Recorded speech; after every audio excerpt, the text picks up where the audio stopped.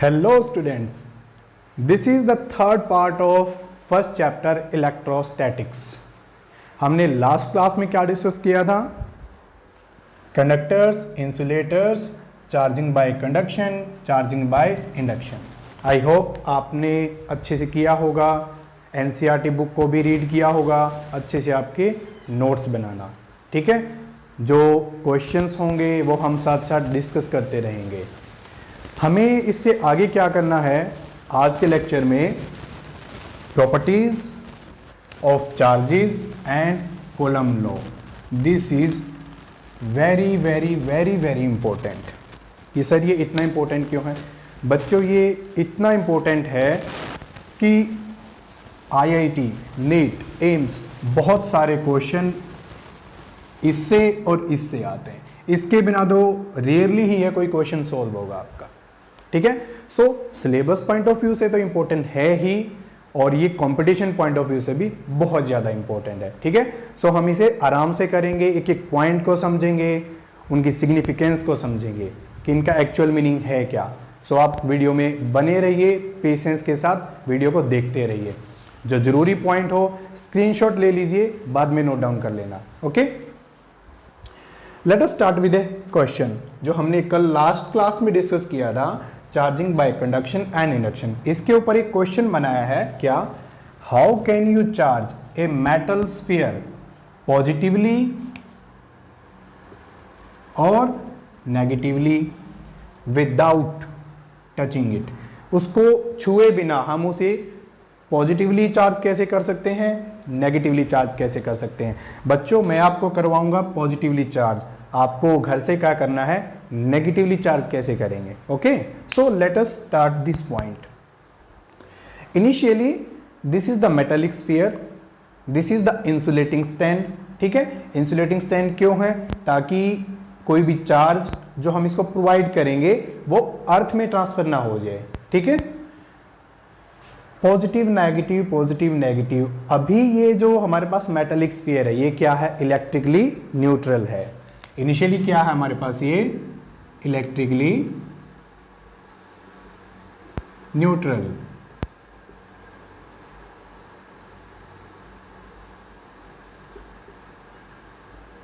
ठीक है, हमारे पास इनिशियली ये है. हमने क्या किया, एक नेगेटिवली चार्ज्ड रॉड को इसके पास लेके गए. हो गया क्या बच्चों? आपको पता है ये नेगेटिव चार्ज है तो किसको अट्रैक्ट करेगा? पॉजिटिव को. सो इसने पॉजिटिव अपनी साइड अट्रैक्ट कर लीजिए. सो जो इलेक्ट्रॉन है वो कहाँ जाएंगे? इलेक्ट्रॉन को ये रिपेल करेगा. इलेक्ट्रॉन यहाँ चले गए. जो हमने कितने चार्जेस का पेयर लिया है? 1 2 3 4 5 लिया है. हम ऐसे ही सिनेरियो में वर्क करेंगे ताकि हमें पिक्चर आसान से क्लियर हो. देखो बच्चों, 1 2 3 इसने 3 चार्जेस को अपनी तरफ अट्रैक्ट कर लिया तो 3 इलेक्ट्रॉन को रिपेल कर दिया. 2 पेयर बचे. Effect cancel, effect cancel. हमने लास्ट क्लास में इस चीज को बड़े अच्छे से समझा है. ठीक है, सो इनको बनाए या ना बनाए कोई फर्क नहीं पड़ता, मैंने सिर्फ आपको समझाने के लिए बनाया था. सो हम इसे रिमूव कर सकते हैं, इसकी हमें कोई नीड नहीं है. So this is the picture. Second case में क्या हुआ, हमें इसको क्या बनाना है? Positively charge. It means negative को यहां से रिमूव करना पड़ेगा. तो क्या करेंगे? अर्थिंग कर दिया. सो क्या हुआ, जो ये इलेक्ट्रॉन हैं लूजली बाउंड थे इसलिए दूर चले गए, और अर्थिंग होने से इलेक्ट्रॉन का मूवमेंट किसकी तरफ हो गया? ग्राउंड की तरफ हो गया. ठीक है, this is the second phase. And the third point is, हमने इस अर्थिंग को रिमूव कर दिया बट इस रोड को इसके पास रखा है. रोड को नहीं हटाएंगे. क्यों? ताकि ये पॉजिटिव चार्ज को अपनी तरफ खींच के रखे. ठीक है, हमने अर्थिंग को रिमूव कर दिया, नेगेटिव चार्ज जा चुका है. This is the picture. अब हम क्या करते हैं, इस रोड को रिमूव कर देते हैं. सो जैसे ही हमने इस रोड को रिमूव किया, जो ये चार्जेस थे अपने आप को रीडिस्ट्रीब्यूट करेंगे. ठीक है, क्योंकि ये एक मेटालिक स्फीयर है तो जो चार्ज है पूरे के पूरे सरफेस पे यूनिफॉर्मली डिस्ट्रीब्यूट हो जाएगा. So in this way we get a positively charged sphere. Okay, आपको घर से क्या करना है? Negatively charge sphere. मैं आपको हिंट दे देता हूं कि जब हमें पॉजिटिवली चार्ज करना था तो रॉड कौन सी लेके आए थे, नेगेटिव। सो आप समझ जाइए जब हमें नेगेटिवली चार्ज्ड स्फीयर डेवलप करना है तो रॉड क्या होगी, positively charged. Okay, so let us start the topic properties of charges. Very important topic है, आराम से समझेंगे।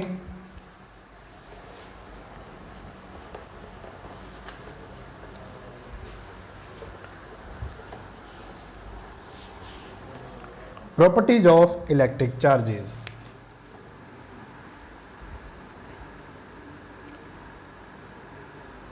Properties of electric charges.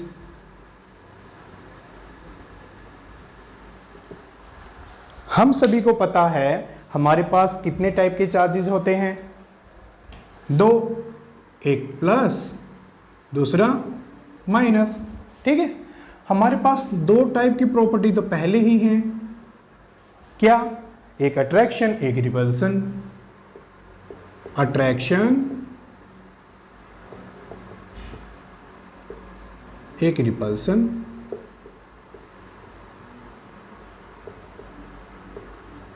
हमें पता ही है इस बात का, ये भी तो एक प्रॉपर्टी है चार्ज की।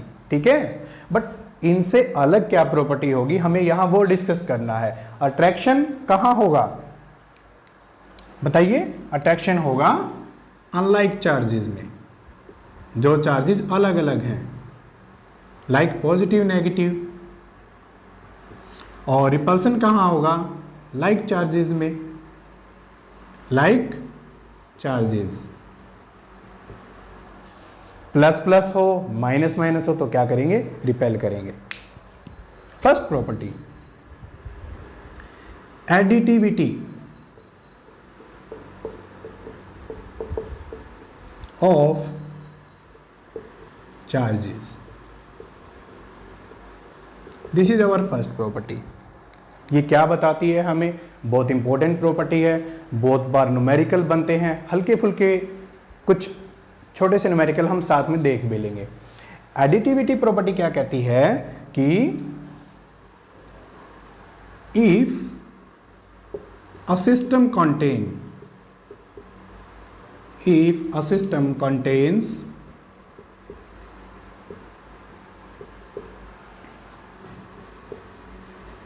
two point charges Q1 and Q2, तो क्या होगा, total charge. So the total charge of the system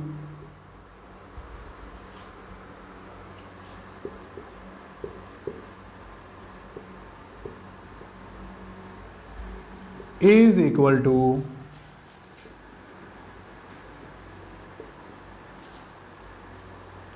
Q is equal to Q1 plus Q2। ये प्रॉपर्टी ये बोलती है कि हमने जो चार्जेस हैं Q1 Q2 उनको डायरेक्टली ऐड कर दिया। अगर वो प्लस का चार्ज है तो प्लस साथ में लेके चलेंगे, माइनस का चार्ज है तो माइनस भी साथ में लेके चलेंगे, मतलब प्रॉपर साइन के साथ हम चार्ज को ऐड करेंगे। ठीक है, so this is the additivity of charges. यहां पर हमने एक पॉइंट बोला है बच्चों, वो पॉइंट क्या है, point charges.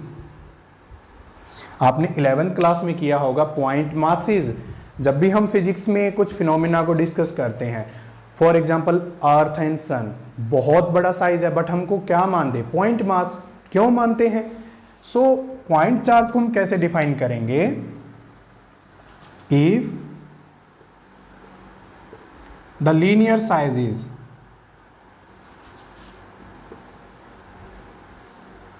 of charged body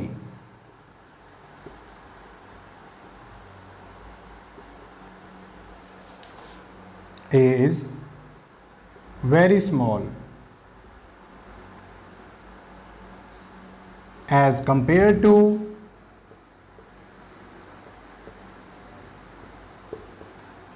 distance between them।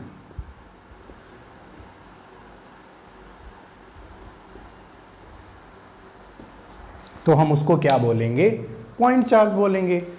उस सिचुएशन में हमें क्या बोला जाता है, जो पूरी बॉडी है उसका जो चार्ज है, हम एक सिनेरियो से समझ लेते हैं इसको। मान लेते हैं दो हमारे पास बड़े बड़े ऑब्जेक्ट हैं, this one and this one. इसके ऊपर चार्ज हर जगह डिस्ट्रीब्यूटेड है। फॉर एग्जांपल एक्सेस में क्या है, इसके ऊपर प्लस चार्ज है। फॉर एग्जांपल इसके ऊपर एक्सेस में क्या है, नेगेटिव चार्ज है। हम मान लेते हैं इनके बीच कुछ ना कुछ डिस्टेंस होगा, मान लेते हैं 100 मीटर। बहुत ज़्यादा डिस्टेंस होता है, हमने जो साइज लिया है वो तो इतना सा लिया है, बट 100 मीटर डिस्टेंस आप खुद सोच सकते हैं बहुत ज़्यादा डिस्टेंस होता है। तो हम इतने से साइज को क्या कंसीडर कर सकते हैं, जो ये पिक्चर है हम इसको इक्विवेलेंट मान सकते हैं, this one, this one, this one, this is plus charge and this is minus Q charge. Understand, this picture is equivalent to this one. हमने इसको एक पॉइंट मान लिया, इसको भी एक पॉइंट मान लिया। This is plus, this is minus and the distance is 100 metre. तो आपको समझ में आया होगा पॉइंट चार्जेस हमने क्यों डिफाइन किए गए। यहाँ से एक पॉइंट और क्लियर हो रहा है, जो ये चार्ज कंटेंट था, all the charge content on a body is assumed to be concentrated at a single point in space. That's why we named as point charge. जो सारा का जरा चार्ज है हम स्पेस में किसी एक पॉइंट पर एज्यूम कर लेते हैं, ठीक है। So this is the additivity of charges. हम देख लेते हैं, एक हल्का सा न्यूमेरिकल देख लेते हैं। वो न्यूमेरिकल क्या होगा,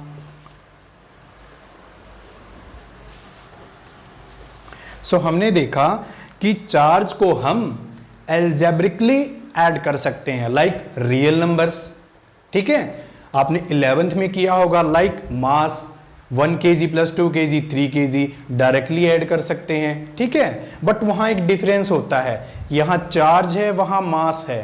क्या डिफरेंस है, दोनों ही क्या है, स्केलर हैं। This is similarity, but difference क्या है, मास हमेशा क्या होता है, positive, but charge can be positive and can be negative. जब हम एडिटिविटी प्रॉपर्टी का यूज करेंगे तो चार्ज को साइन के साथ यूज करना है। एक एग्जांपल लेते हैं, मान लेते हैं हमारे पास एक सिस्टम है, ठीक है, दिस इज योर सिस्टम। हमने इसके अंदर चार्जेस बनाए हैं कि सिस्टम के पास चार्जेस हैं 1 coulomb, 2 coulomb, -3 coulomb, 4 coulomb, -2 coulomb, 6 coulomb, 5 coulomb, 2 coulomb. So हमें फाइंड आउट करना है charge on the system, net charge on the system.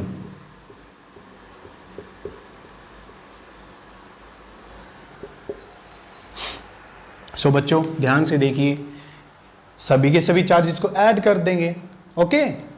नहीं, यही मुझे आपको क्लियर करना है। समटाइम्स ऐसा क्वेश्चन आ जाता है, जब हम कंपटीशन करेंगे हम वहाँ देखेंगे, ठीक है, प्रॉपर्टी का यूज़ कितने अच्छे से होता है। देखो सिस्टम मैंने जो बनाया है ऐसे बनाया कि बच्चे इस चार्जेस को लेंगे, बट हमें कौन से चार्जेस को छोड़ना है,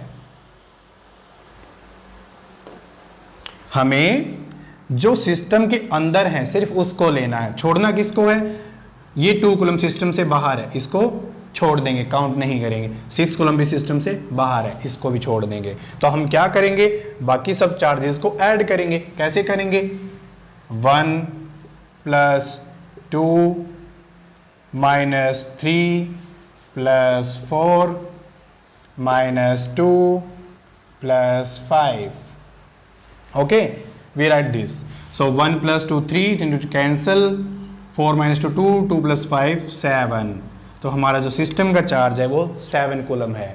हमें वही चार्जेस लेने होते हैं जो सिस्टम के इनसाइड लाई करते हैं, ठीक है। So this is your first property. The second property is conservation of charges, charges का कंजर्वेशन। देखते हैं कैसे कंजर्वेशन को डिस्कस किया जाता है? The second property is conservation of charges.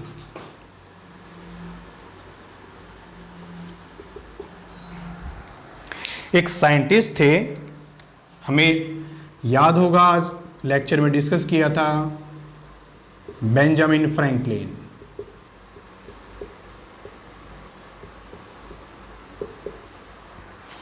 बच्चों, मैं बहुत बार साइंटिस्ट के नेम पढ़ाते हुए यूज़ करता हूँ, ये आपके लिए ज़रूरी है, बिकॉज मैं ये नहीं कहता कि आपको ये रटने हैं या रिमेंबर करने हैं। आप कॉन्टिन्यूसली पढ़ते हुए यूज़ करते रहिए, आपको ऑटोमेटिकली पता लग जाएगा कौन से साइंटिस्ट ने क्या किया था। फॉर एग्जाम्पल आपको एक चीज़ हमेशा याद रहती है, क्या? न्यूटन लॉ ऑफ ग्रेविटेशन, क्योंकि न्यूटन का नाम बहुत फेमस, आप बार बार यूज़ करते हैं तो आपको बिल्कुल जहन में बैठ जाता है आपके, ठीक है। सो मैं बार बार इसलिए यूज़ करता हूँ बिकॉज चार्जेस प्लस माइनस ये बेंजामिन फ्रैंकलिन ने दिया था, ठीक है। Now we will discuss the property conservation of charges. Benjamin Franklin ने एक आर्ग्यू दिया, क्या? हमने डिस्कस कर लिया, when one object is rubbed with other object, rubbing करेंगे तो क्या होगा? There can only be transfer of charges. हमने लास्ट लेक्चर में डिस्कस किया था, क्या डिस्कस किया था? When one object is rubbed with another object,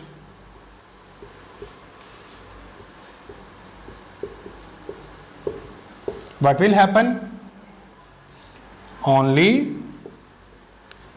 transfer of charges.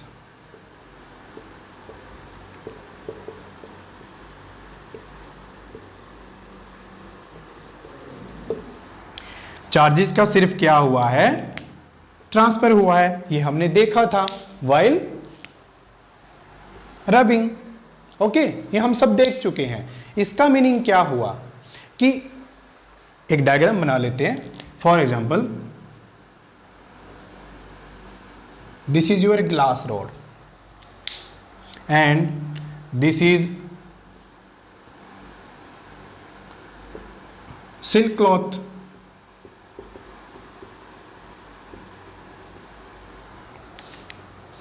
and this is your glass rod।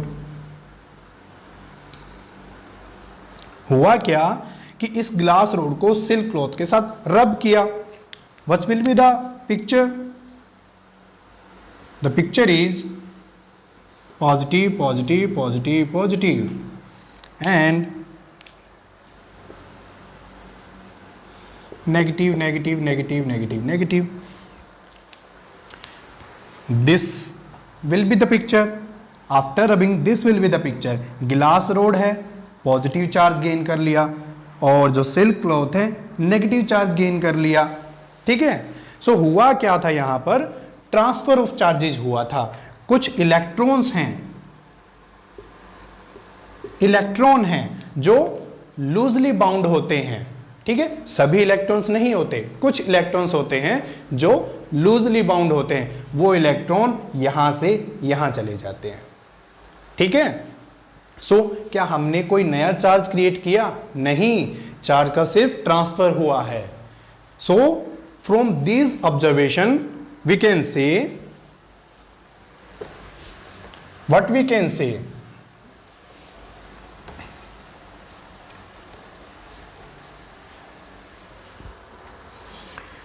What we can say,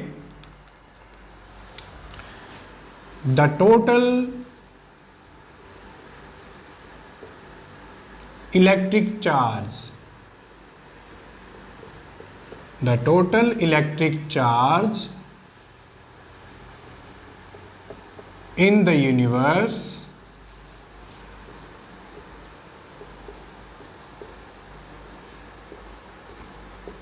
is constant and charge can neither be created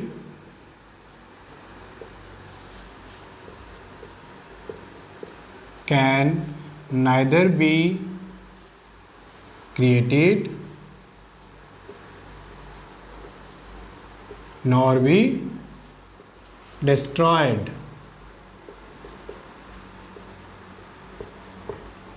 We can say in any physical process, जो nature में कोई भी physical process है, the net change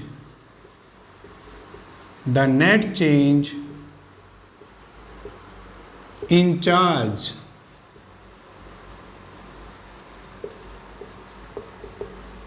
will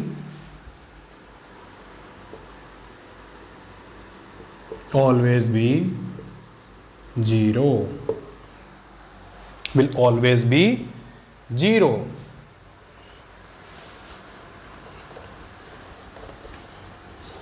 ठीक है. So this is the definition of conservation of charges. ये इसकी definition है कि हम कोई भी नया चार्ज क्रिएट नहीं करते हैं, ना डिस्ट्रॉय करते हैं. चार्ज का सिर्फ क्या होता है, ट्रांसफर होता है. बट ये स्टेटमेंट यहीं फिनिश नहीं होती है. क्या बच्चों, यहां फिनिश नहीं होती है. For example in beta decay आप आगे करेंगे, ये मत सोचना कि आपको आगे पता नहीं होगा क्या होगा. होता क्या है, एक जो न्यूट्रॉन है किसमें ब्रेक हो जाता है, electron and A proton. This is the simple reaction. आप करेंगे बच्चों, सब कुछ आएगा. न्यूट्रॉन किस में ब्रेक होता है, इलेक्ट्रॉन में, प्रोटॉन में. हुआ क्या, देखते हैं हम. देखिए ये हमें पता है इलेक्ट्रिक चार्ज को डिनोट करता है. यहां पर एटॉमिक नंबर लिखते हैं लाइक ZXA. ये कोई भी एलिमेंट होता है, फॉर एग्जांपल 2He4. ठीक है. Atomic number, mass number. Atomic number में क्या होता है, नंबर ऑफ इलेक्ट्रॉन्स होते हैं. ओके, नंबर ऑफ प्रोटॉन्स भी उतने ही होते हैं. सो चार्ज के बारे में हम यहां से पता करते हैं. सो न्यूट्रॉन को हम जानते ही हैं, इट इज न्यूट्रल, तो 0. ठीक है. इलेक्ट्रॉन को हम जानते हैं -1. Okay, and then proton plus. आप देखिए -1 + 1 कितना हो गया, 0. जो नेट चार्ज है क्या उसमें चेंज आया, नहीं. पहले भी 0 था, बाद में भी 0 है. -1 + 1 0. पहले भी 0 था, बाद में भी 0 है. बट न्यूट्रॉन के थ्रू 2 चार्ज पार्टिकल क्रिएट हुए हैं. ठीक है. सो हम कह सकते हैं क्या, चार्ज्ड पार्टिकल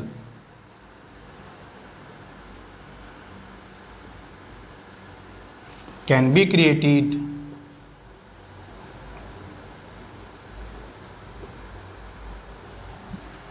or destroyed. सो बच्चों हमने क्या किया, एक न्यूट्रॉन था, उससे चार्ज्ड पार्टिकल्स क्रिएट किए हैं, चार्ज क्रिएट नहीं किया है. दोनों में फर्क है. इसी चीज को आपको समझना है कि कंजर्वेशन ऑफ जो चार्ज के अंदर एक स्टेटमेंट बोली जाती है वो क्या है कि the total electric charge in the universe is constant. वो हमेशा कांस्टेंट रहता है. Charge can neither be created nor be destroyed. In any physical process the net change in charge will always be 0 0 0. So charge particles can be created but net change in charge is always 0. This is all about the conservation of charges. The next property is quantization of charges. हम देखते हैं quantization क्या होता है.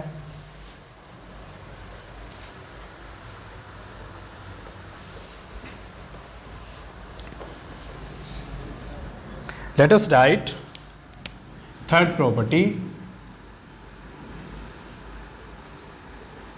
quantization of charges.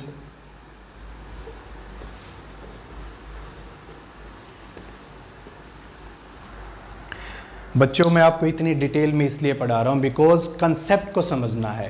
Concept अगर clear है तो आप कोई भी न्यूमेरिकल कर लेंगे, कोई भी न्यूमेरिकल करने, बिकॉज आप उसको डेप्थ में समझते हैं कि वहाँ क्या हो रहा है एक्चुअल में। ठीक है, सो क्वांटाइजेशन ऑफ चार्ज। इससे पहले हमारे माइंड में क्वेश्चन आता है, क्या what is the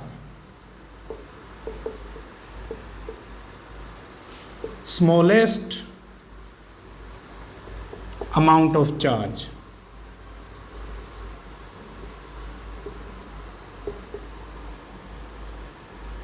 that can be found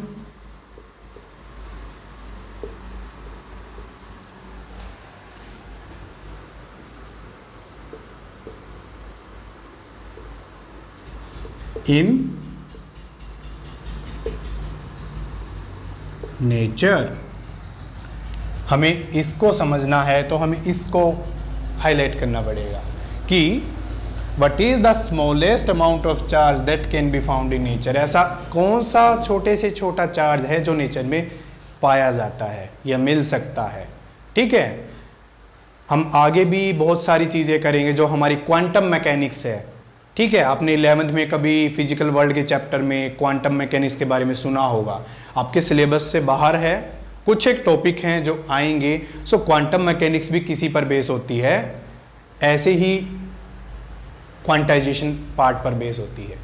आपने फोटो इलेक्ट्रिक इफेक्ट किया है, ठीक है, वहां पर फोटॉन्स के बारे में सुना है।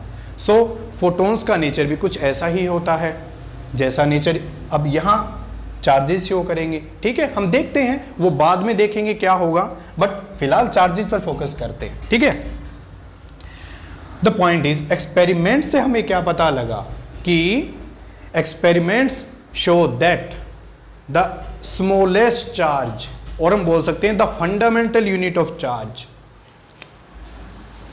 Experiments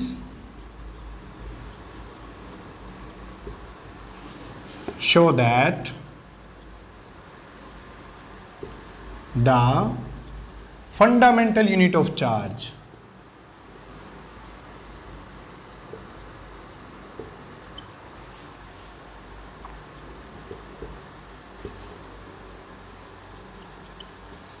is E।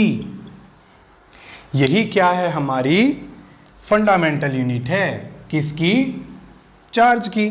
आपको पता है फंडामेंटल का क्या रोल होता है, लाइक आपने 11th में किया होगा, लेंथ, मास, टाइम सभी क्या हैं, फंडामेंटल क्वांटिटीज हैं। बाकी सब क्या हैं, डिराइव्ड हैं, और भी हैं, luminous intensity, temperature, amount of substance, सभी क्या है, ये फंडामेंटल है। ठीक है, मीन्स बेसिक, बाकी सब चीजें हम उनसे डिराइव करते हैं। Okay, so charge on electron, यहां से पता लगा हमें इलेक्ट्रॉन के ऊपर चार्ज क्या है,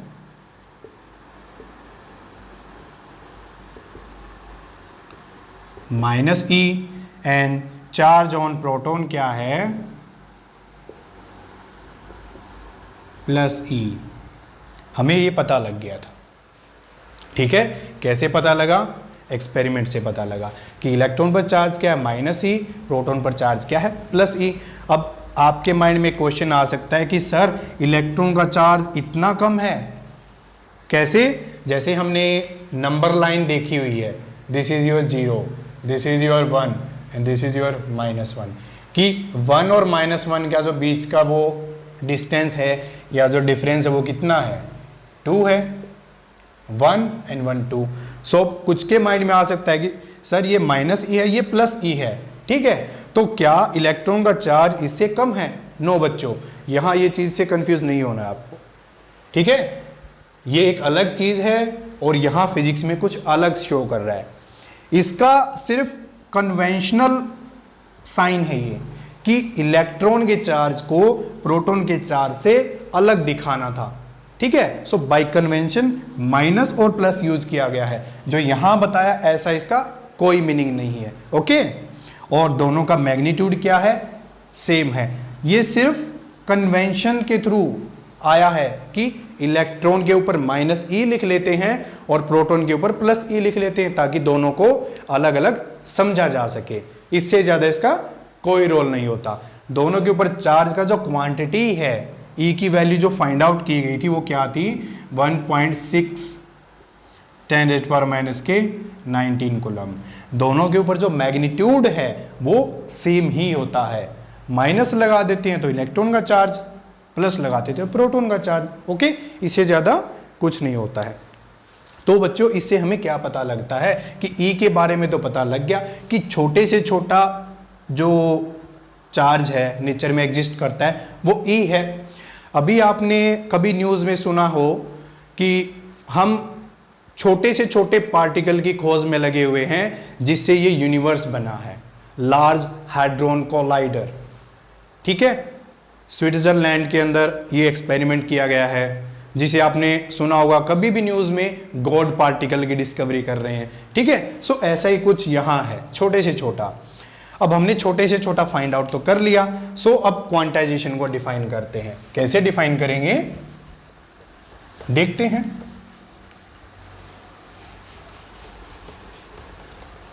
कि the charge Q on any object is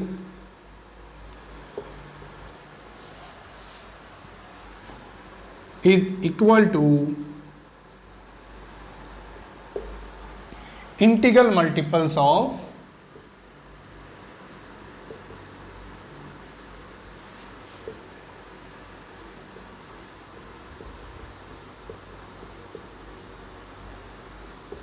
E। यही क्या आपका क्वांटाइजेशन ऑफ चार्ज है। Okay, this is the you can से डेफिनेशन कि किसी भी ऑब्जेक्ट के ऊपर चार्ज Q है, वो चार्ज Q होगा क्या, इंटीग्रल मल्टीपल होगा किसका, E का। हम लिख के देखते हैं इस स्टेटमेंट को मैथमेटिकली कैसे लिखा जाता है। Q is equal to n E, ये क्या है, charge on the body. n क्या होगा हमारे पास, डेफिनेशन में भी है इंटीजर, और इंटीजर क्या होते हैं आपके 0 +-1 +-2 एंड सो ऑन।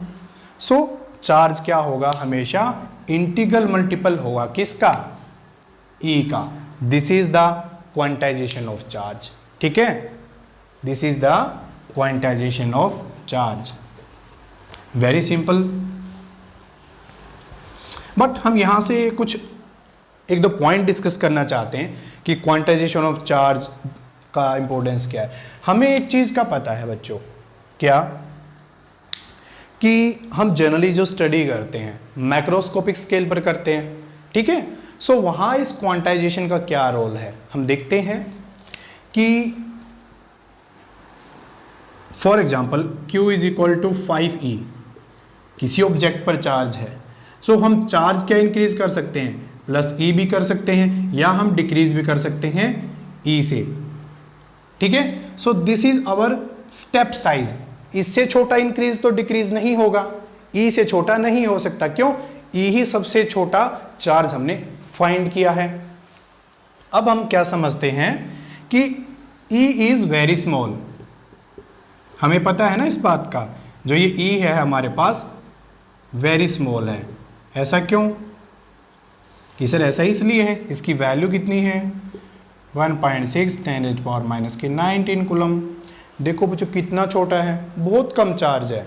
बट हम मैक्रोस्कोपिक स्केल पर क्या करते हैं, but at macroscopic scale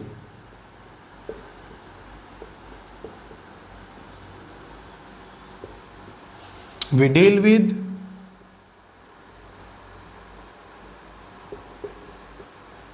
charges of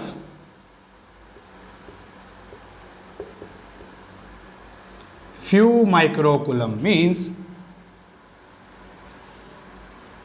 10⁻⁻⁶ coulomb, और नैनो कूलम मीन्स 10⁻⁹ कूलम। हम मैक्रोस्कोपिक स्केल पर या तो माइक्रो कूलम की स्टडी करते हैं या तो नैनो कूलम की। बट यहाँ क्या है, बहुत स्मॉल है, -19। Okay, here is -19, here is -6, -9, बहुत ज़्यादा डिफरेंस है बच्चों। डिफरेंस को कैसे देख सकते हैं हम, वो देख सकते हैं कैसे कि जो हमारे पास ये है इसको डिवाइड करके देखो, ठीक है। सो मैक्रोस्कोपिक स्केल पर जो चार्ज है Q वो 10⁻13 टाइम्स है किसका, E का। आप दोनों को डिवाइड करके देख सकते हो, ठीक है। डिवीजन कैसे करना है अब ये तो आपको सबको आता ही है।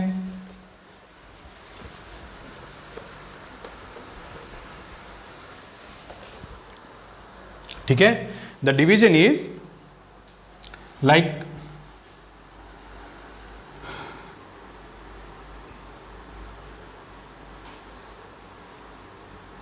1.6 10⁻⁻19 कूलम, ये चार्जेस है, ठीक है। और दूसरा चार्ज हमारे पास क्या है 10⁻⁻6, ये 1.6 है। एक बार इसको छोड़ देते हैं, कोई फर्क नहीं, हम सिर्फ पावर में डील करेंगे।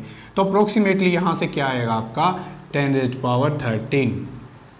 सो आपने क्या देखा, जो हमारे पास मैक्रोस्कोपिक स्केल पर जो चार्जेस हैं वो इस इलेक्ट्रॉनिक चार्जेस से इतने टाइम्स हैं। आप देखिए, अगर मैं ये कहूँ कि एक बॉडी पर Q is equal to 10⁻13 E charge है, ओके, ठीक है। हमने क्या किया इसके अंदर, बोला सर हमें E का इंक्रीज कर देते हैं। E का इंक्रीज का मतलब क्या है, हम क्वांटाइजेशन का यूज कर रहे हैं, ठीक है, क्योंकि वहां पर इंक्रीज और डिक्रीज किस में होता है, E की फॉर्म में।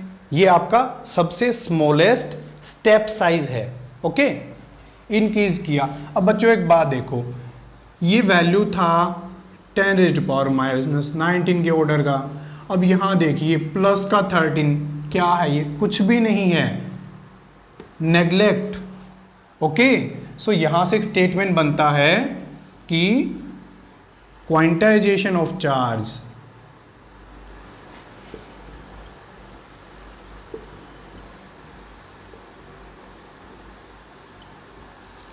has no physical significance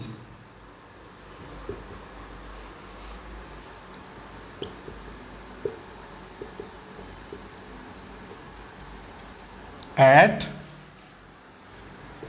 macroscopic scale।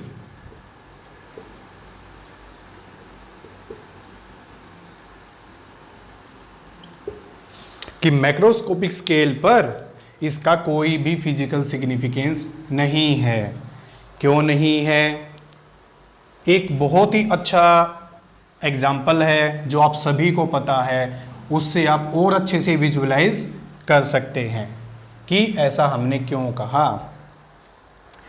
हम ज्योमेट्री का यूज करते हैं क्या, कि हम for example these are the dots,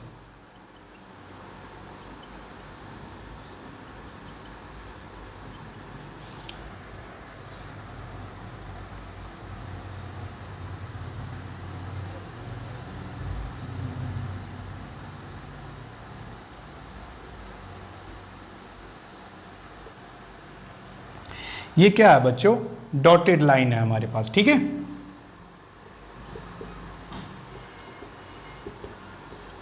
but हमें ये डॉटेड लाइन नजर आ रही है क्योंकि हम इसके बिल्कुल नजदीक खड़े हैं, ठीक है। अगर हम दूर चले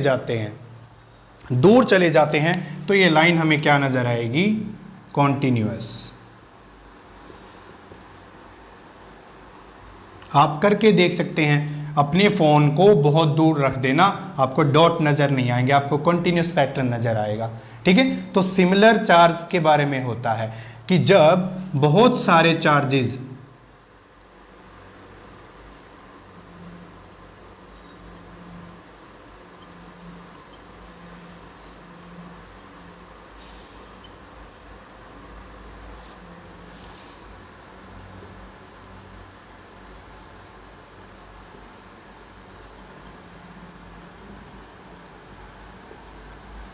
many small charges taken together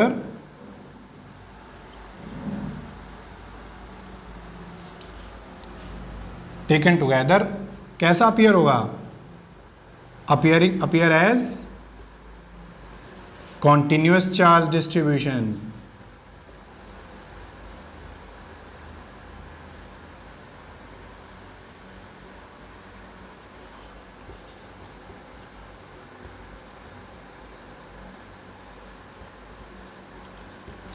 कि बहुत सारे many small charges taken together, बहुत ज़्यादा नंबर ऑफ चार्जेस हैं, हमने वो इकट्ठे ले लिए, तो इसी सिचुएशन के अकॉर्डिंग वो हमें क्या नज़र आएंगे, कॉन्टिन्यूस चार्ज डिस्ट्रीब्यूशन नज़र आएगा, ना कि जो क्वांटाइजेशन ने कहा था इंटीग्रल मल्टीपल, कि हम स्टेप साइज की फॉर्म में डिस्कस कर सकते हैं। वो कहाँ वैलिड होगा, सिर्फ माइक्रोस्कोपिक स्केल पर। Okay, so this is all about the quantization of charges. Now the next topic is coulomb law, very important topic.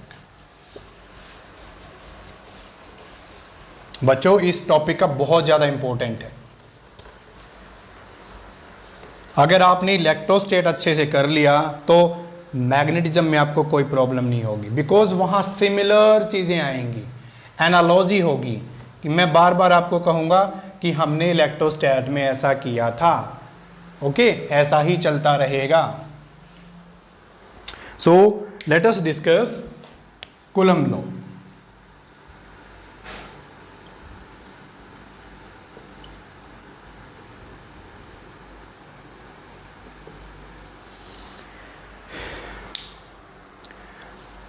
तो बच्चों हमने देखा है कूलम लॉ के बारे में, क्या होगा कैसे होगा देखते हैं। Very very important law. You can right it is a quantitative statement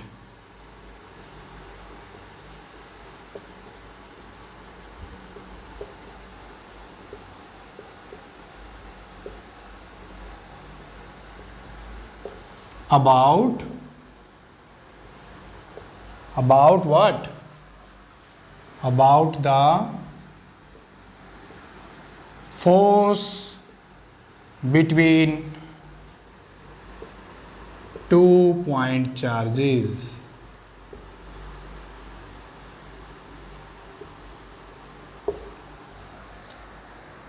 ऐसा क्यों बच्चों? ऐसा क्यों बच्चों? हुआ क्या, हमने एक वर्ड यूज किया quantitative.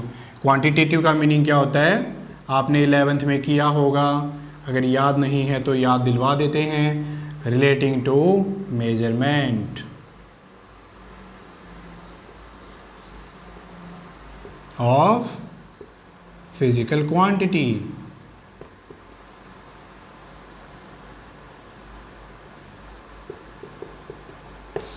relating to measurement of physical quantity, इसलिए हमने क्या बोला क्वांटिटेटिव स्टेटमेंट। क्यों, हम क्या मेजर कर रहे हैं, हम मेजर कर रहे हैं फोर्स को, किसके बीच में, 2 पॉइंट चार्जेस के बीच में। जैसे आपने 11th में किया था Newton's law of gravitation, 2 point mass के बीच में एक फोर्स को डिटरमाइन किया था, तो वो भी क्या था, एक क्वांटिटेटिव स्टेटमेंट था। ओके, क्वालिटेटिव एंड क्वांटिटेटिव बच्चों 11th में आ जाता है, ठीक है, वहाँ हम अच्छे से सीखते हैं। मैंने आपको बता भी दिया है क्वांटिटेटिव का मीनिंग क्या होता है, रिलेटिंग टू मेजरमेंट, और क्वालिटेटिव का मीनिंग क्या होता है, रिलेटिंग टू और involving comparisons based on qualities. वहां पे हम कंपैरिजन की बात करते हैं क्वालिटीज के बेसिस पर। ओके, सो वहां छोड़ देते हैं, हमारा टॉपिक ये है। तो यहां पर क्या किया गया, पॉइंट चार्जेस। न्यूटन्स का जो लॉ है ग्रेविटेशन का, वहां पर भी ये पॉइंट मास की बात करता है। तो हम यहां एक इंपॉर्टेंट पॉइंट है इनके लिए, वो इंपॉर्टेंट पॉइंट क्या है कि coulomb law it is valid only for point charges.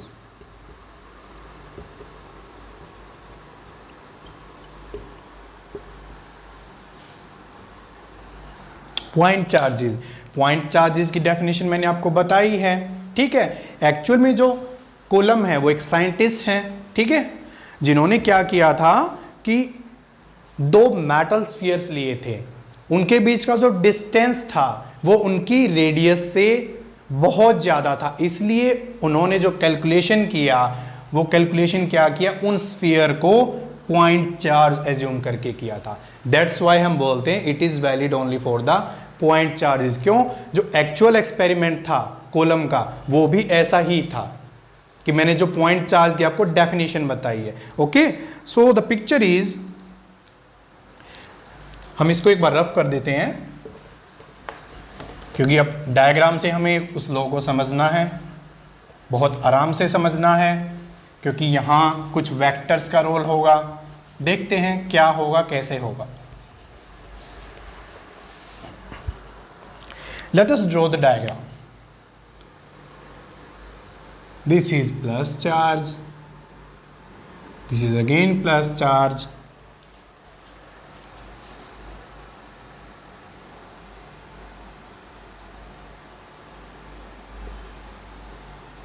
मान लेते हैं दोनों का बीच का जो डिस्टेंस है वो कितना है, r है। ठीक है, देखेंगे बच्चों क्या क्या कर रहे हैं। ये Q1 है, ये Q2 है।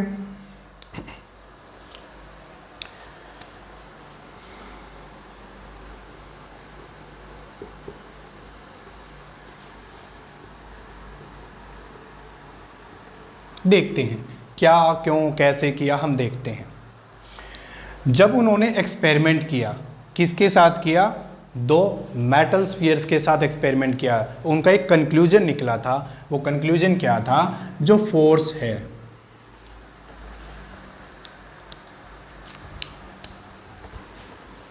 जो फोर्स है, यहां देखो प्लस चार्ज क्या करेंगे, रिपेल करेंगे। हम क्या देखना चाहते हैं कि जो फोर्स है चार्ज Q2 पर,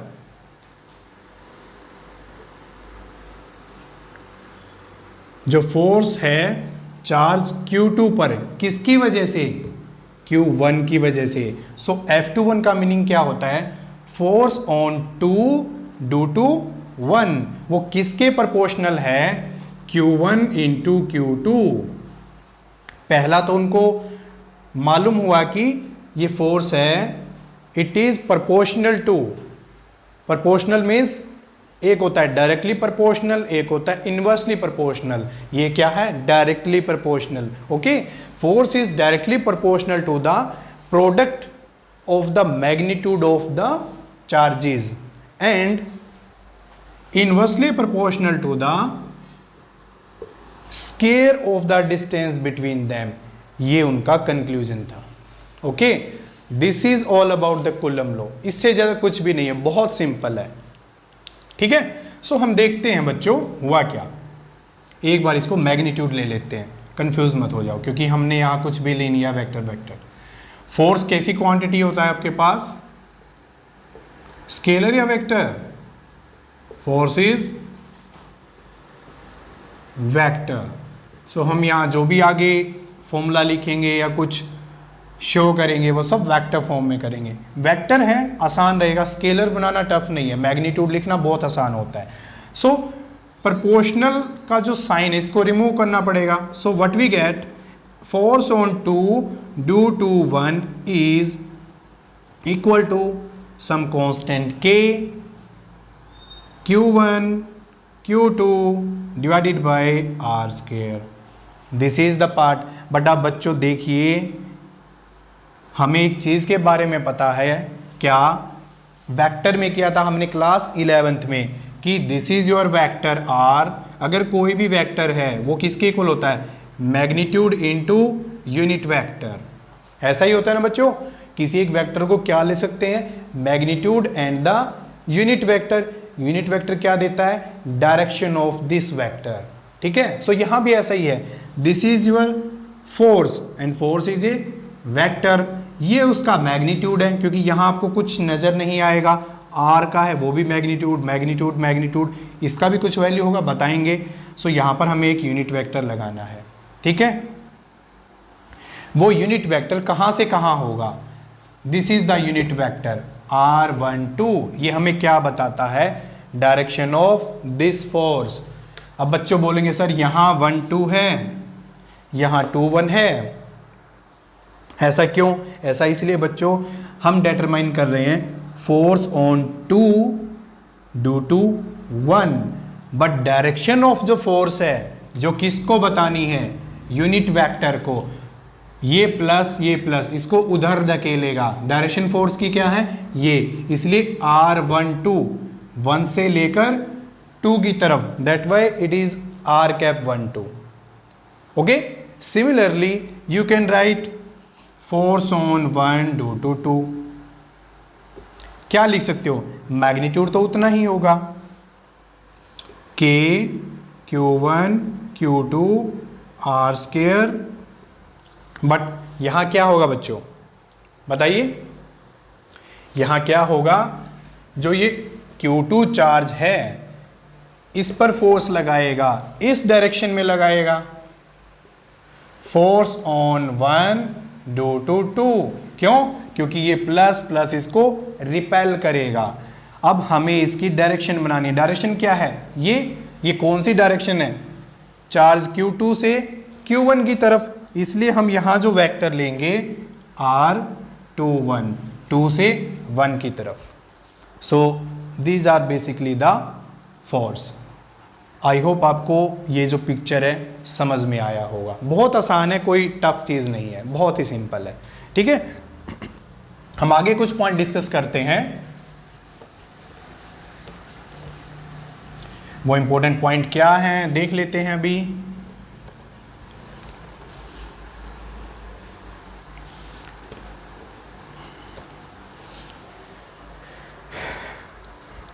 बच्चों यहां से आप बिल्कुल ध्यान से देखना, important aspects of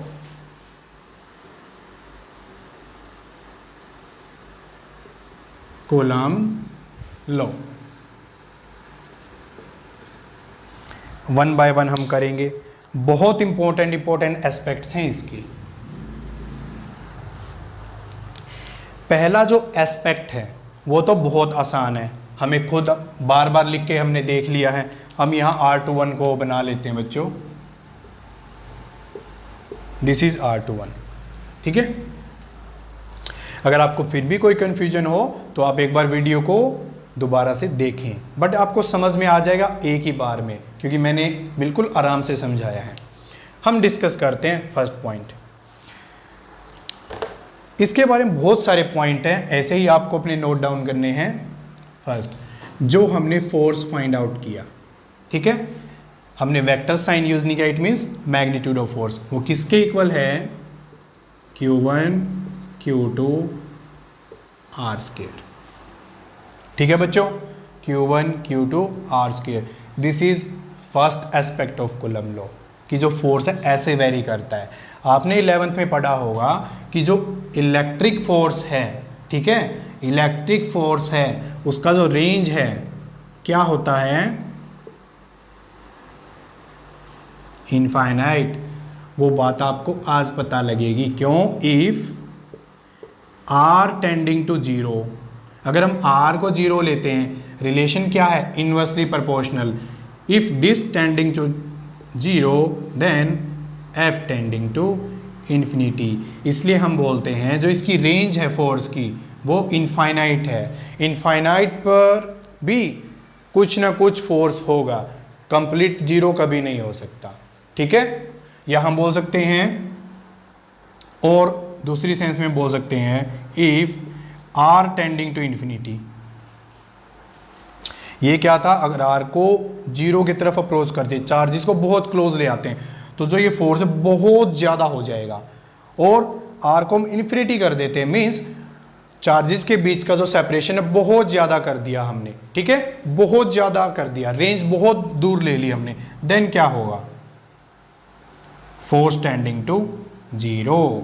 tending to 0 not equal to 0, हमें हर एक पॉइंट पर नोटिस करना, टेंडिंग टू 0 नॉट 0, क्योंकि ये भी तो टेंडिंग टू इन्फिनिटी है। टेंड्स टू इन्फिनिटी का मीनिंग क्या होता है, very very large distance. Okay, so this is very very small force. This is the first point. The second one is,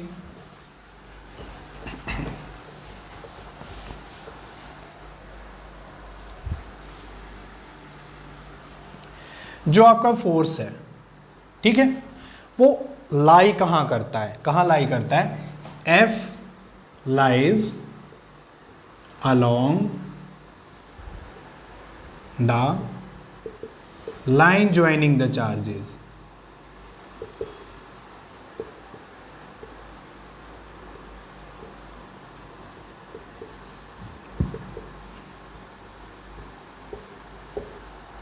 this is the second point कि जो आपका force है, देखिए इस चार्ज को ज्वाइन करने वाली लाइन ये है, और जो आपका फोर्स है वो भी क्या कर रहा है बच्चों, देखो इसी लाइन के अलोंग चल रहा है, इन दिस वे, बिल्कुल इसी लाइन में है, कहीं और फोर्स नहीं हो सकता।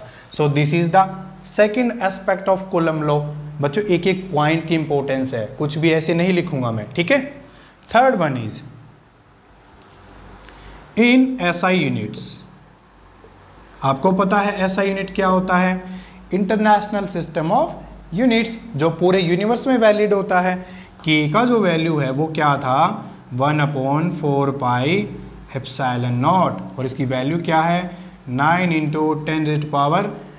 10⁹। हमने जो फोर्स लिखा था हम उसका एक बार मैग्नीट्यूड लिख लेते हैं, के Q1 Q2/r²।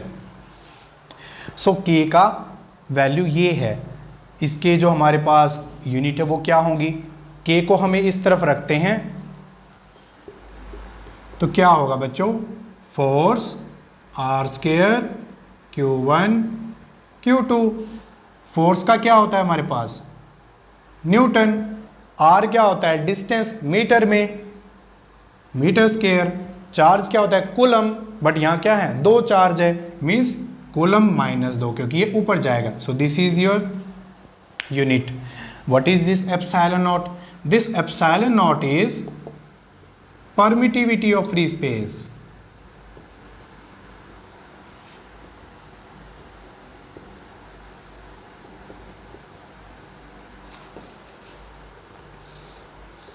और इसका वैल्यू कितना होगा? 8.85 10⁻⁻²12। व्हाट 12? देख लेते हैं इसका जो यूनिट है वो कैसे लिखेंगे।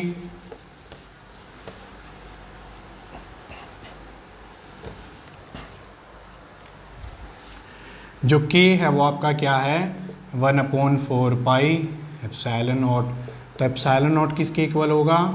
1/4 पाई के, ठीक है। जो के की यूनिट है वो क्या है? Newton metre coulomb -²। ये नीचे है तो ये सारी यूनिट को रिवर्स कर देंगे, तो इसकी यूनिट क्या बन जाएगी?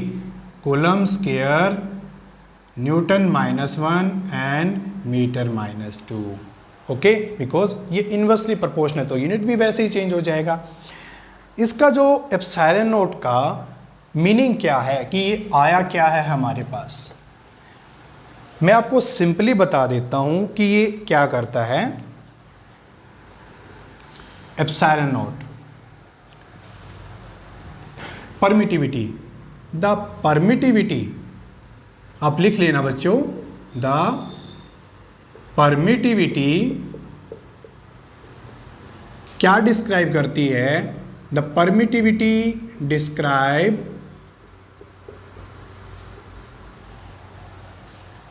how easily or how hardly the permittivity describe how easily or how hardly it is for the electric lines of force to pass। कि बच्चों हम एप्सिलॉन नॉट करते रहते हैं, बस न्यूमेरिकल कर लेते हैं, मार्क्स आ जाते हैं, मतलब हमें पता ही नहीं होता है। बच्चों अगर एप्सिलॉन नॉट कुछ आया है, कुछ तो इसका फिजिकल सिग्निफिकेंस भी होगा, ठीक है। वो फिजिकल सिग्निफिकेंस क्या है कि बच्चों यहाँ देखो आप, फॉर एग्जाम्पल यहाँ हमारे पास 2 चार्जेस के बीच में क्या है? एयर है, ठीक है। जब हमने कूलम लॉ बनाया था तो हमने क्या लिया था बच्चों? वैक्यूम, और you can say free space. So जो हम यहां लगाते हैं नोट, एप्सिलॉन नोट, ये क्या होता है हमारे पास? Permittivity of free space.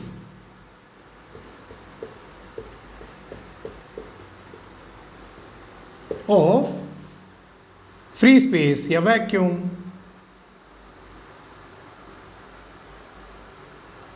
ठीक है, जीरो या नॉट बोल देते हैं।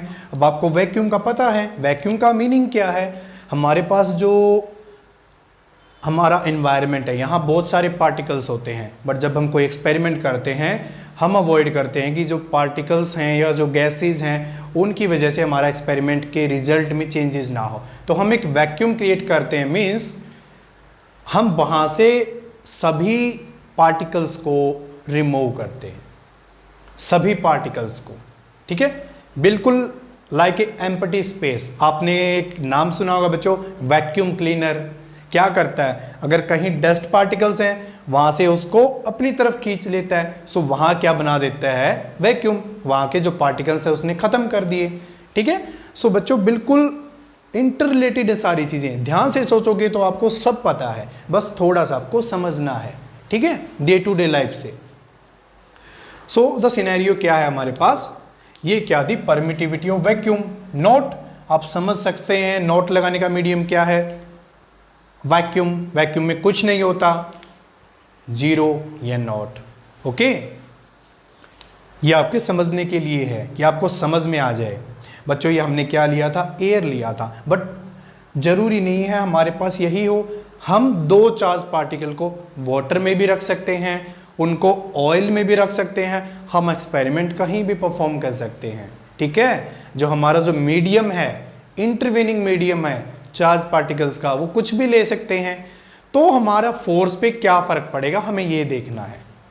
ठीक है, सो हमें समझ में आया the permittivity describe how easily, कितनी आसानी से या कितनी मुश्किल से it is for the electric lines of force to pass, कि अगर ये चार्ज इसके ऊपर कुछ फोर्स लगा रहा है तो इसने कुछ इलेक्ट्रिक फील्ड बनाया होगा। हम डिस्कस करेंगे बच्चों, बट इस मोमेंट के लिए समझना है उस इलेक्ट्रिक फील्ड को रिप्रेजेंट किया जाता है इलेक्ट्रिक लाइंस ऑफ फोर्स से, कि ये खुद उठकर तो वहां पर गया नहीं है, इट मीन्स इसका इफेक्ट गया है, तो कुछ तो है जो यहां से वहां जा रहा है, हम उसको रिप्रेजेंट करते हैं इलेक्ट्रिक लाइंस ऑफ फोर्स। हम आगे करेंगे। ठीक है, सो मीडियम कितनी आसानी से इन लाइंस ऑफ फोर्स को अपने में से जाने देता है, वो उसी के बारे में क्या बताता है? ये परमिटिविटी बताता है। ठीक है, अब परमिटिविटी मीडियम टू मीडियम अलग अलग हो सकती है, वाटर की अलग होती है, ऑयल की अलग होती है, बहुत सारे मीडियम है, सबकी अलग अलग होती है। देखते हैं।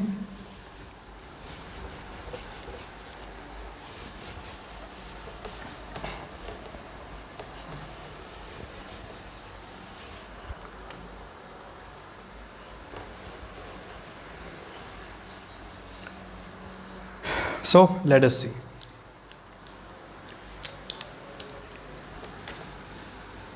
For any medium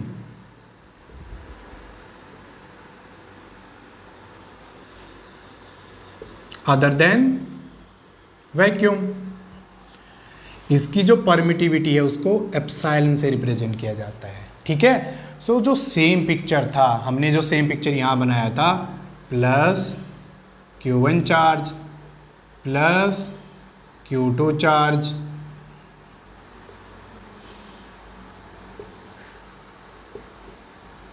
ठीक है, दिस वे दिस वे,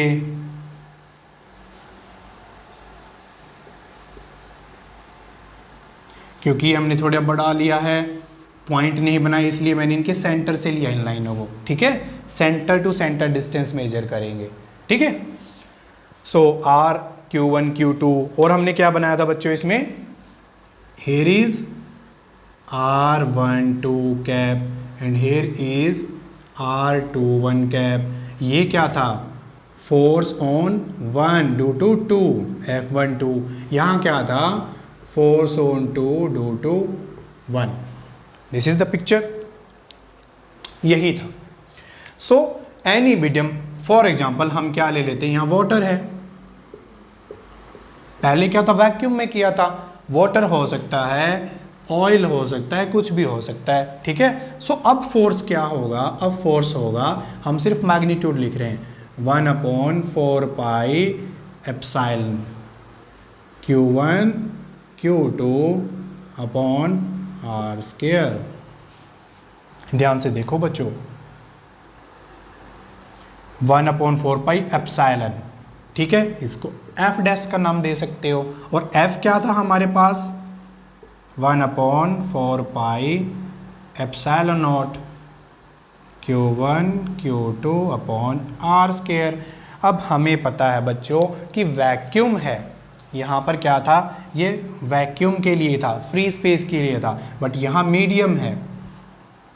तो जब हम वैक्यूम में एक्सपेरिमेंट कर रहे थे, कोई भी हमारे पास एक्स्ट्रा पार्टिकल्स नहीं थे, सिर्फ इन दो चार्जेस के अलावा, तो जो इलेक्ट्रिक फील्ड का इफेक्ट था, इलेक्ट्रिक फील्ड छोड़िए, हम डिस्कस करेंगे। आप ये समझिए, इस चार्ज ने जो अपना इफेक्ट जनरेट किया, उस इफेक्ट को यहाँ तक जाने के लिए कोई हिंड्रेंस नहीं थी, कोई रुकावट नहीं थी कि वो आसानी से जा सकता था, okay.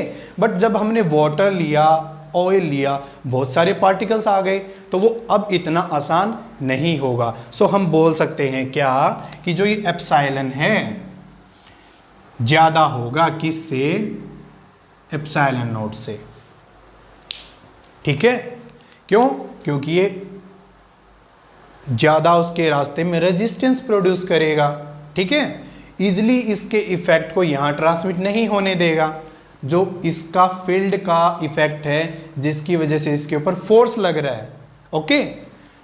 So this is the picture, epsilon is greater than epsilon not. अगर epsilon is greater than epsilon not, so F dash और एफ में क्या रिलेशन होगा, कौन सा बड़ा कौन सा छोटा। बच्चों ये तो आराम से क्लियर है, अगर ये बड़ा है तो ये छोटा होगा। हम कह सकते हैं जो एफ डैश है वो एफ से कम होगा। मतलब जब हमने वैक्यूम में ये एक्सपेरिमेंट किया और फोर्स डिटरमाइन किया, सो चार्ज Q1 ने Q2 पर जो फोर्स लगाया, वो फोर्स का वैल्यू वाटर के अंदर आकर कम हो जाएगा, ठीक है। सो ये इफेक्ट पड़ता है हमारे पास मीडियम का। But Newton's law of gravitation में क्या होता है, जब हम मासेस के बीच में फोर्सेस को डिटरमाइन करते हैं, वहां पर अगर मीडियम बदलता है तो फोर्स की वैल्यू नहीं बदलती, ठीक है। आई होप आपको पहले समझ में आया होगा, किया होगा, किसी ने बताया ज़रूर होगा, नहीं बताया होगा तो बच्चों मैं आज बता रहा हूँ, ठीक है। होता क्या है, वहाँ पर जो ग्रेविटेशनल फोर्स हैं वो इंडिपेंडेंट ऑफ द मीडियम होता है, ठीक है। सो हम यहाँ क्या डिफाइन करेंगे, here we define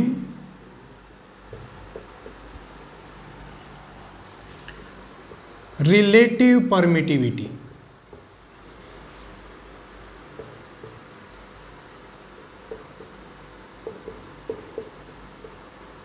For the medium कैसे डिफाइन करेंगे,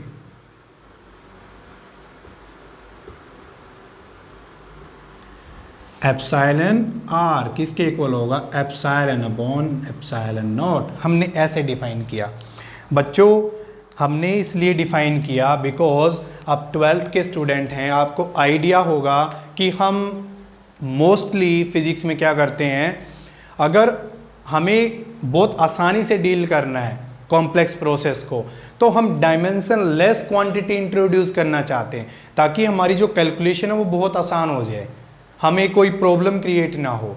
सो आप देखिए यहाँ जो एप्सिलॉन है ये भी क्या है, परमिटिविटी है, और ये भी क्या है, परमिटिविटी है। ये परमिटिविटी किसकी है, फ्री स्पेस या वैक्यूम की है, और ये परमिटिविटी किसी मीडियम की है। ये क्या है, परमिटिविटी ऑफ मीडियम, और ये क्या है हमारे पास, परमिटिविटी ऑफ वैक्यूम, और हम बोल सकते हैं फ्री स्पेस। ठीक है, तो बेसिकली है तो परमिटिविटी ना दोनों, तो दोनों के यूनिट्स कैंसिल हो जाएंगे, तो ये जो एप्सिलॉन आर है क्या होगा, डायमेंशनलेस। ठीक है, फॉर एग्जाम्पल एप्सिलॉन आर की वैल्यू 1 होती है किसके लिए, for air, and epsilon R की वैल्यू ग्रेटर देन 1 होती है किसके लिए, फॉर एनी अदर मीडिया, कि एयर के अलावा कोई और मीडियम है तो उसकी वैल्यू क्या होती है, ग्रेटर देन 1। एग्जाम्पल क्या हो सकता है, वाटर। वाटर के केस में एप्सिलॉन आर कितना होता है बच्चों, 80 होता है हमारे पास। ठीक है, ये 1 होता है, सो उसी के अकॉर्डिंगली हमारे पास जो फोर्सेस है वो कम या ज़्यादा होते रहते हैं अगर हम सिमिलर फिनोमेना को ऑब्जर्व करते हैं एयर में, वाटर में, ऑयल में। ओके, आई थिंक आपको ये समझ में आ चुका होगा। Next important point is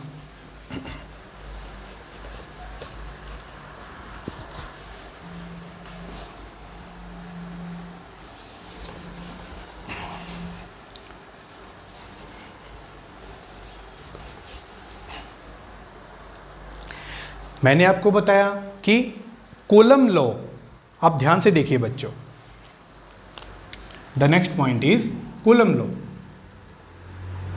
I think ये आपका 4th पॉइंट है, K Q1 Q2 bye R², और हम जानते हैं ग्रेविटेशनल फोर्स, ये electric force G M1 M2 by R²। कि सर यहाँ क्यों बता रहे हैं दोनों, बच्चों सब कुछ गिवन है, आपकी बुक में गिवन है, मैं आपको बहुत अच्छे से डिटेल में समझा रहा हूँ ताकि आप वहाँ पे पढ़ते हो कंफ्यूज ना हो। कि इलेक्ट्रिक फोर्स का जो स्ट्रक्चर है हमने 11th में जो किया था, क्या, न्यूटन्स लॉ ऑफ ग्रेविटेशन, क्या दोनों का स्ट्रक्चर सेम है, कांस्टेंट कांस्टेंट, यहाँ चार्जेस हैं या मासेस हैं, और R² स्ट्रक्चर बिल्कुल सेम है, बट कुछ लिटिल बिट डिफरेंसेस हैं, वो डिफरेंसेस नोटिस करने हैं, वही मुझे आपको बताने हैं। ठीक है, डिफरेंसेस क्या है, यहाँ हम बोल सकते हैं कि जो ये इलेक्ट्रिक फोर्स है ये अट्रैक्टिव भी होता है और रिपल्सिव भी होता है, सभी जानते हैं आप। क्यों, क्योंकि plus plus charge minus minus charge repel करेंगे, प्लस और माइनस अट्रैक्ट करेंगे, सो ये दोनों हो सकते हैं। बट ग्रेविटेशनल फोर्स हमेशा क्या होता है, अट्रैक्टिव होता है। सी द डिफरेंस, चार्जेस हैं जो हमारे पास, एक प्लस का चार्जेस होता है, एक माइनस का चार्ज होता है, बट यहाँ जो मास है क्या वो प्लस माइनस होते हैं, नो, मास हमेशा क्या होता है, पॉजिटिव होता है। Means mass exist in only one variety but charge exist in 2 variety, वो 2 वेराइटी में एग्जिस्ट करता है। सो यहाँ ये बेसिकली छोटे छोटे डिफरेंसेस हैं, स्ट्रक्चर सेम है। ठीक है, स्ट्रक्चर सेम है बट डिफरेंस है। ठीक है, यहाँ पर एक इंपॉर्टेंट पॉइंट है, क्या बच्चों, देखते हैं। मैंने आपको बताया था K का वैल्यू कितना होता है, 9 × 10⁹ वॉट। यूनिट बताओ बच्चों, K यहाँ है तो न्यूटन, ये ऊपर जाएगा मीटर स्क्वायर, कूलम -2, और G का जो वैल्यू होता है 11th में आपने याद किया होगा 6.67 10⁻⁻11 होगा क्या, newton metre square kilogram minus square.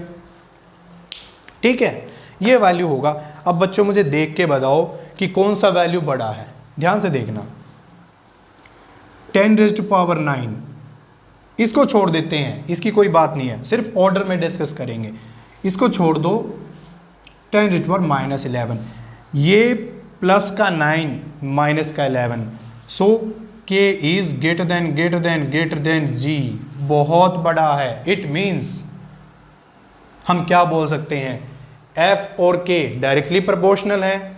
हम बोल सकते हैं जो इलेक्ट्रिक फोर्स है बहुत बड़ा होता है ग्रेविटेशनल फोर्स से। ठीक है, किस पर, फॉर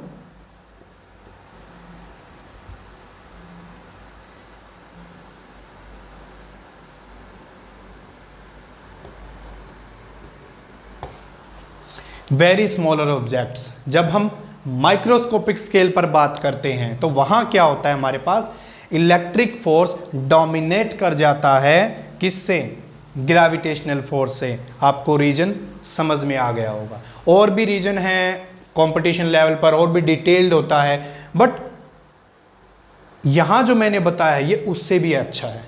ठीक है, बहुत ही सिंपल है, ये भी आपने किया है, आज आपने ये कर लिया, सामने ही डिफरेंस नजर आ रहा है और इस डिफरेंस की वजह से ऐसा होता है।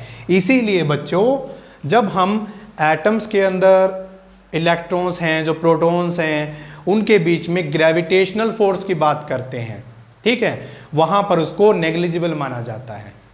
आज आपको रीजन समझ में आया होगा कि वहां ग्रेविटेशनल फोर्स को नेग्लिजिबल क्यों माना जाता है। क्यों? क्योंकि इलेक्ट्रिक फोर्स डोमिनेट कर जाता है।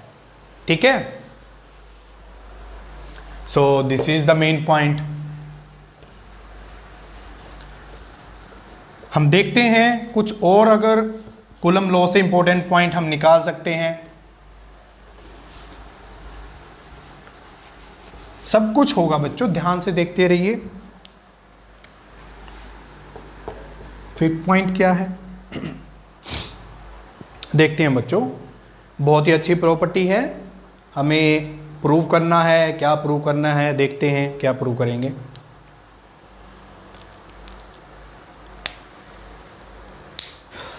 देखिए, फोर्स लिखते हैं हम, F12 क्या होगा बच्चों, force on 1 due to 2। What is this, K Q1 Q2 R square. 1 के ऊपर जो फोर्स लग रहा है किसकी वजह से, 2 की वजह से। उस फोर्स की डायरेक्शन क्या है बच्चों, ये देखो एरो, ये एरो, मतलब यहां इस यूनिट वेक्टर को लेंगे R21।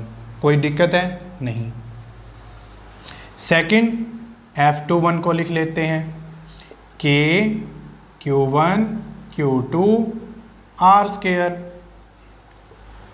Force on 2 due to 1, force on 2 due to 1, ये हमने लिख लिया मैग्नीट्यूड। डायरेक्शन क्या है बच्चों, इस डायरेक्शन में, इस डायरेक्शन का यूनिट वेक्टर क्या है, R12, 1 से 2, क्योंकि हम ऐसे ही तो जाएंगे ना, तभी इस डायरेक्शन में मूव करेंगे। दिस इज R12, ये हमने लिख लिया। अब इंपॉर्टेंट पॉइंट देखिए, ये डायरेक्शन और ये डायरेक्शन क्या है, ऑपोजिट हैं, तो हम बोल सकते हैं क्या, R21 की डायरेक्शन क्या होगी,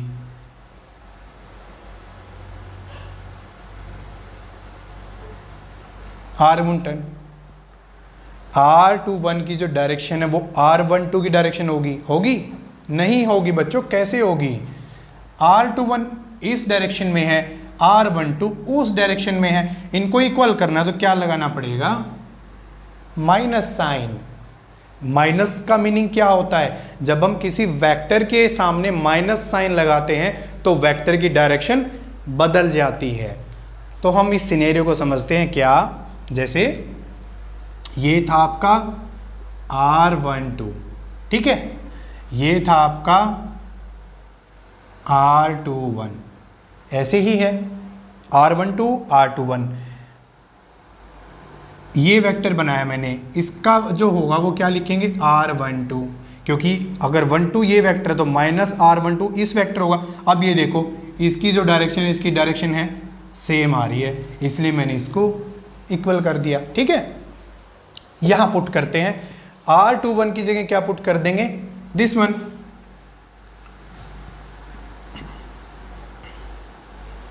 R12, और यहां साइन क्या आ जाएगा, माइनस का। कोई कंफ्यूजन है? नो। अब बच्चों ध्यान से देखो, बिल्कुल ध्यान से देखना है। के Q1 Q2 आर स्केयर, के Q1 Q2 आर स्केयर बिल्कुल सेम है। R12 कैप, R12 कैप बिल्कुल सेम है। यहाँ प्लस है, यहाँ माइनस है, तो हम बोल सकते हैं F12 किसके इक्वल होगा? माइनस के F21। ठीक है, यही मुझे आपको बताना था।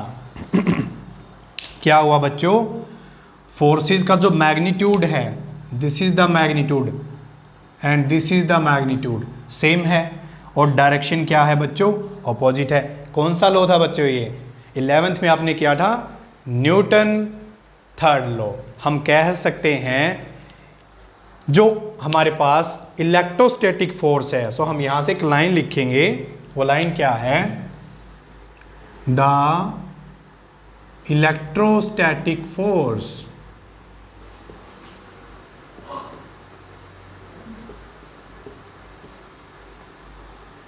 ओबे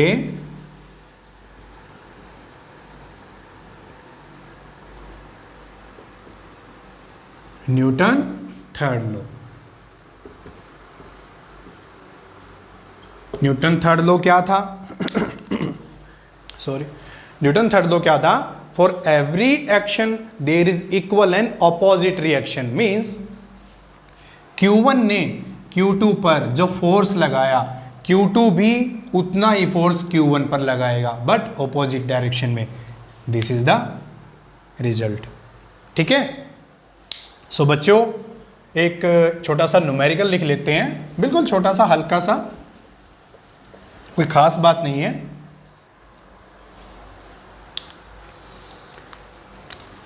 क्वेश्चन क्या है?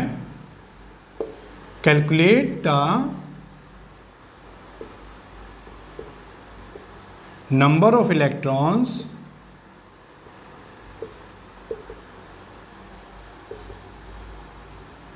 in 1 coulomb of negative charge।